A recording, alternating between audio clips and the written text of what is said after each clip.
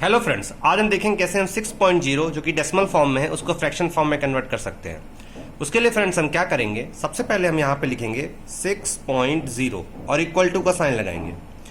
देखिए फ्रेंड्स, इसको fraction form में कन्वर्ट करने के लिए हमें क्या करना होगा, उसके लिए हमें ये डेसिमल यहाँ से हटाना होगा। अब इस डेसिमल को यहाँ से हटाने के लिए फ्रेंड्स हम क्या करेंगे, हम राइट साइड से काउंट करेंगे कि डेसिमल कितने नंबर के बाद लगा है, और जितने नंबर के बाद ये डेसिमल लगा होगा उतने ही जीरो यहाँ पे हम फ्रैक्शन के डिनोमिनेटर में लगा देंगे। तो आइए राइट साइड से काउंट करते हैं।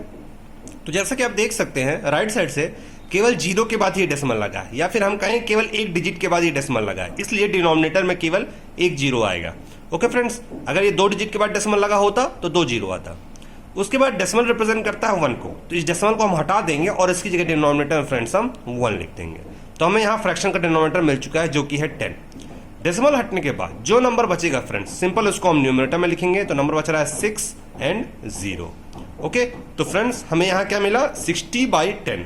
और फ्रेंड्स ये फ्रैक्शन फॉर्म में कन्वर्ट हो चुका है और यही इसका फ्रैक्शन फॉर्म भी है। ओके, लेकिन फ्रेंड्स ये इसका फाइनल आंसर नहीं है। अब मैं आपको बताता हूँ इसका फाइनल आंसर क्यों नहीं है, क्योंकि इसको भी और सिंप्लीफाई किया जा सकता है। सिंप्लीफाई करने का मतलब है हमें कोई एक ऐसा नंबर ढूंढना होगा जिससे 60 और 10 दोनों साथ में डिवाइड हो जाए और इसको हम और सिंपल फॉर्म में लिख सकें।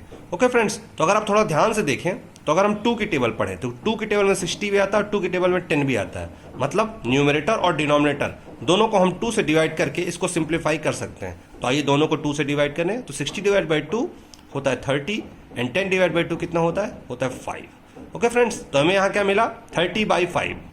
ये फ्रेंड्स फ्रैक्शन फॉर्म में ही है, लेकिन ये भी अब इसका फाइनल आंसर नहीं है, क्योंकि इसको भी और सिंप्लीफाई किया जा सकता है।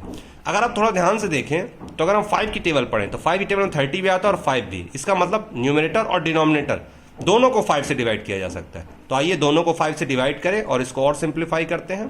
तो देखिए 30/5 कितना 6 एंड 5/5 कितना 1। तो फ्रेंड्स हमें यहाँ फाइनल आंसर मिल चुका है जो कि है 6/1, या फिर हम कहें इसको लिख सकते हैं केवल 6, क्योंकि डिनोमिनेटर में जब 1 होता है उसकी कोई वैल्यू नहीं होती। तो फ्रेंड्स हमें फाइनल आंसर क्या मिला 6, या फिर हम कहें 6/1। ओके, ये इसका सिंप्लीफाइड एंड फाइनल आंसर है। ये आंसर भी करेक्ट है फ्रेंड्स, ये आंसर भी करेक्ट है, बस ये सिंप्लीफाइड नहीं है, बाकी तीनों आंसर ही फ्रैक्शन फॉर्म में है। ओके, सो आई होप ये डेसिमल टू फ्रैक्शन कन्वर्जन आपको समझ में आ गया होगा। इसके बाद भी कोई डाउट है तो प्लीज कमेंट सेक्शन में जरूर बताइएगा। ये वीडियो देखने के लिए थैंक्स।